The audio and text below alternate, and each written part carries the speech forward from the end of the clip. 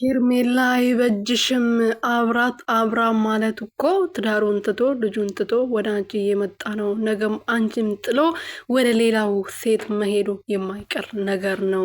ስለዚህ ከአሁኑ ብትጠነቀቂ ይሻልሻል፣ እድሜሽን ባታቃጢ ይሻልሻል ብሏል። እንግዲህ እነ ፈረንጁዬ ማለት ነው።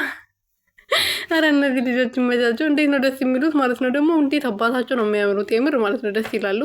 ወጣትነት ደስ ይላል የምር ማለት ነው። እኔ ራሱ በቃ አሁን ለምንድን ነው አንቺ ሴትዮ እዚህ ቤት ውስጥ ታፍነሽ የምትቀመጪው እያለኝ ነው። ስሜቴ ነው ያለኝ፣ እኔ አይደለም ያልኩት። ሰላም ሰላም ቤተሰብ እንዴት ናችሁ? ደህና ናቸው? እኔ ያለው እግዚአብሔር ይመስገን።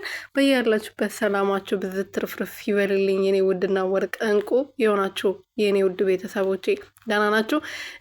ለዚህ ቤት አዲስ የሆናችሁ ሰብስክራይብ፣ ሼር፣ ላይክ እያደረጋችሁ ቤተሰብ እንድትሆኑ ብትትና እየጠየቅኩኝ ፈረንጁና ቢንዬ እንግዲህ በዚህ አይነት መልኩ መጥተዋል። ዛሬ ደግሞ ለሄርሜላ ነው የተዘፈነው። ዘፈኑ ራሱ የሄርሜላ ነው። በቅርብ ነው አሁን ከጌም በኋላ የወጣው የዘፈን ማለት ነው። እና ሄርሜላ አትጃጃይ፣ አውራም ያንቺ አይደለም፣ ያንቺ መሆኑ አያውቅም፣ ወደፊትም አይሆንም። ትዳሩን ትቶ ሚስቱን ትቶ የወጣው ወንድ ለእኔ ይሆናል ማለት ዘበት ነው። በዛውም ደግሞ እርጉዝ ሴት ባለ 4 ሴት ትቶ ወደ ሌላ ሴት ሄደ ማለት ያቺ ሴት ነገ ሄርሜላ እንደዛ ስትሆን ሄርሜላና አብርሃም ሲጀምር መቼም ደስተኛ አይሆኑም። መቼም ጥሩ ህይወት አይኖራቸውም።